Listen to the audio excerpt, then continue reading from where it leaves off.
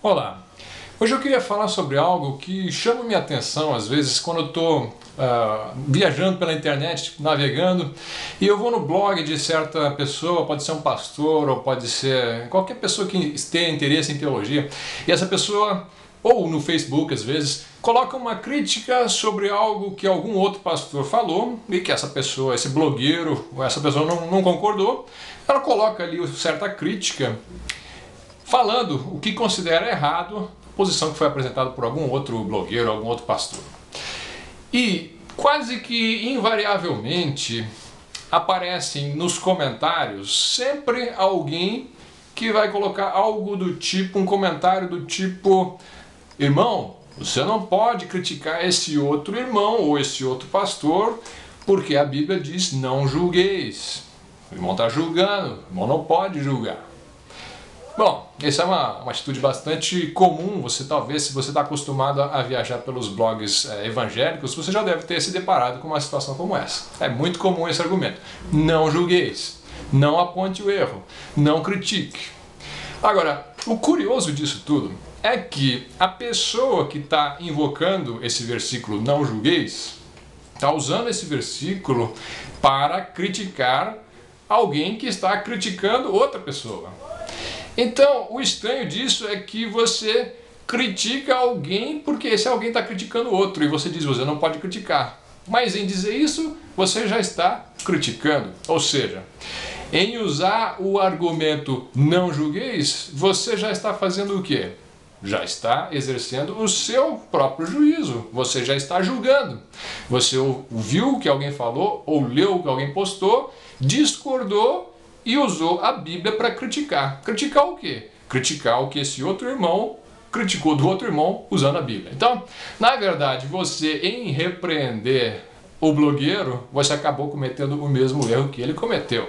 É algo curioso, mas acontece com bastante frequência. É como se alguém estivesse discutindo pena de morte, por exemplo, e falasse: ó, eu sou contra a pena de morte porque está escrito não matarás. Quer dizer, independente se você é a favor ou contra a pena de morte, não estou nem interessado nisso, mas esse argumento não matarás, você não pode usar numa discussão sobre pena de morte para dizer que você é biblicamente contra a pena de morte, né? Por quê? Porque esse argumento está na lei, e a lei tinha pena de morte. Então, você tem que ser um pouco mais inteligente na hora que você vai colocar os seus argumentos. Você vai ter que argumentar de algum outro jeito, dizer: não, esse texto não está válido hoje aí, porque nós estamos numa outra dispensação, seja lá o que você for fazer. Mas é proibido usar um texto como não matarás para defender que você é contra a pena de morte. Do mesmo jeito que é proibido usar um texto como não julgueis para você julgar um outro irmão que está criticando alguma coisa, porque você está fazendo a mesma coisa. Então, quando nós usamos a Bíblia, nós não podemos usá-la com certos chavões. Não, eu decorei um versículo, decorei uma frase legal que eu consigo calar a boca dos outros quando eu uso ela. Pensa um pouco antes de usar essas frases. Por quê? Esse assunto do não julgueis, ele é um assunto um pouco mais profundo do que simplesmente isso, né? Simplesmente invocar um versículo desses fora do contexto. Então, eu vou dar alguns exemplos. Tem várias passagens na Bíblia que falam sobre julgar ou não julgar.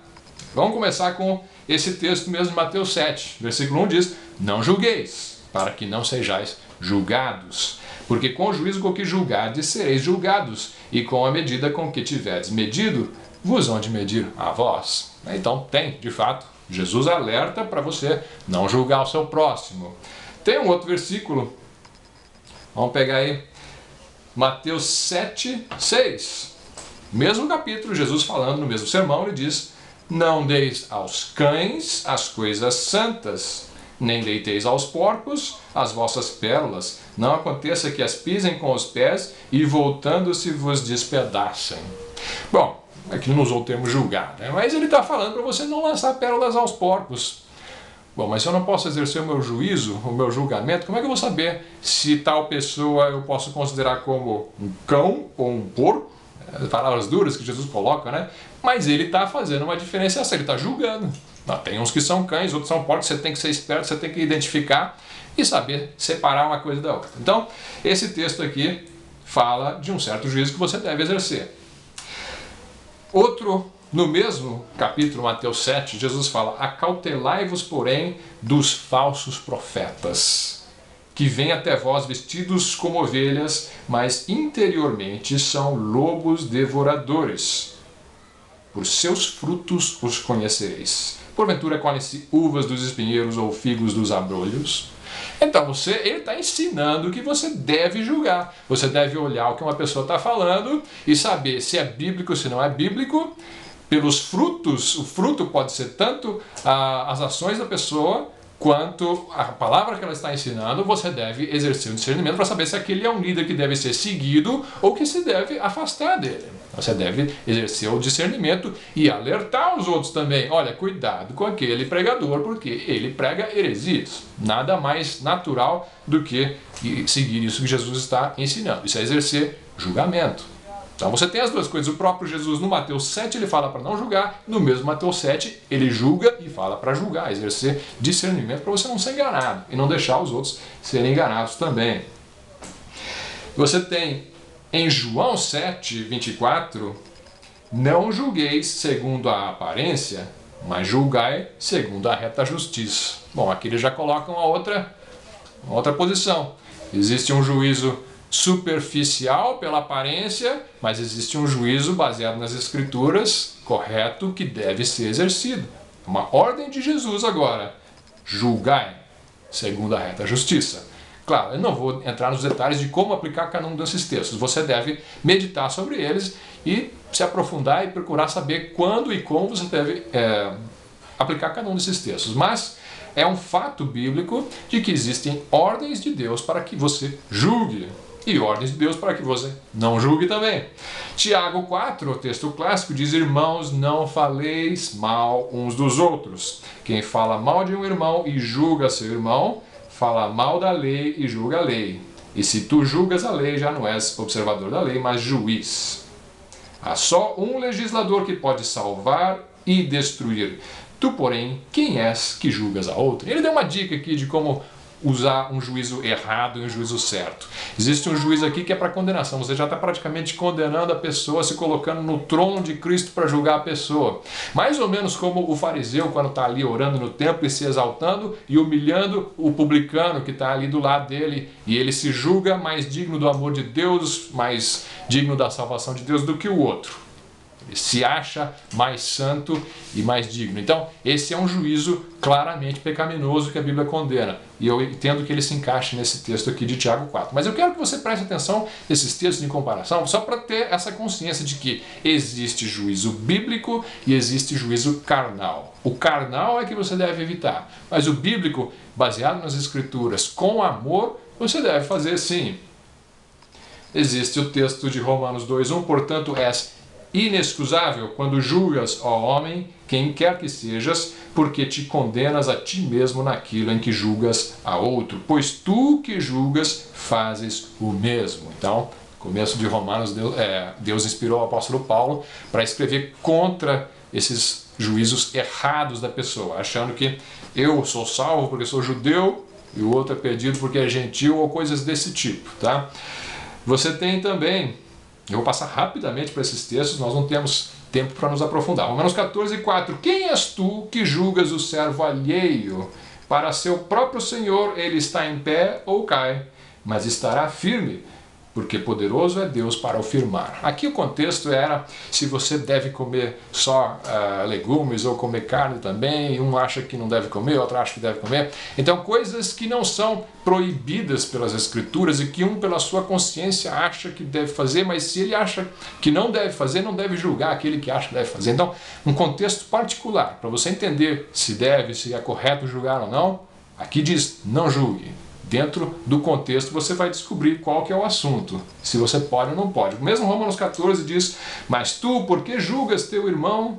Ou tu também, por que desprezas teu irmão? Pois todos havemos de comparecer ante o tribunal de Cristo. É Cristo que vai nos julgar as nossas obras. Então, Romanos 16:17 é importantíssimo nesse contexto. Olha só, já é outro assunto. Nesse contexto nós estamos falando de julgar.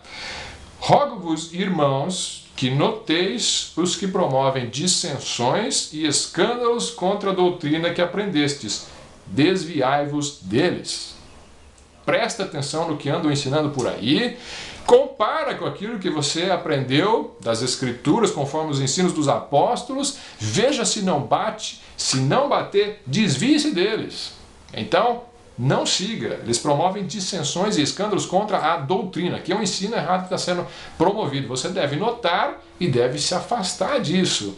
E do mesmo jeito que você se afasta com o cuidado que você tem, você vai afastar aqueles que são seus. Você não vai querer um filho seu, uma filha sua seguindo esses ensinos. Você vai ensinar, olha, não siga isso. E você pode ensinar também as ovelhas na igreja. Cuidado com o que está sendo ensinado ali. Não copie, não siga, não é bíblico. Essa é a forma correta de você julgar com amor. Amor às ovelhas para que não errem. Você tem também 1 Coríntios 5, um texto de juízo duro associado ao pecado. Mas agora, 1 Coríntios 5:11, mas agora vos escrevi que não vos associeis com aquele que, dizendo-se irmão, for devasso, ou avarento, ou idólatra, ou maldizente, ou beberrão, ou roubador, com tal nem ainda com mais. Porque que tenho eu em julgar também os que são de fora? Não julgais vós os que estão dentro? Vocês deviam julgar os que estão dentro da igreja. A ordem bíblica é julgar o pecado. Então, mas Deus julga os que estão de fora. Tirai, pois, dentre vós esse iníquo. Esse texto é um texto extenso, complicado, você tem que estudar à parte, não vou tratá-lo levianamente, mas existe a ocasião dentro da igreja de você julgar o pecado e exercer juízo e punição. Tirai, pois, dentre vós esse iníquo, né? Então, existe hora para isso também. Existe hora e forma de fazer tudo dentro das Escrituras. Então, para terminar, 1 Coríntios 14:29, e falem 2 ou 3 profetas e os outros julguem.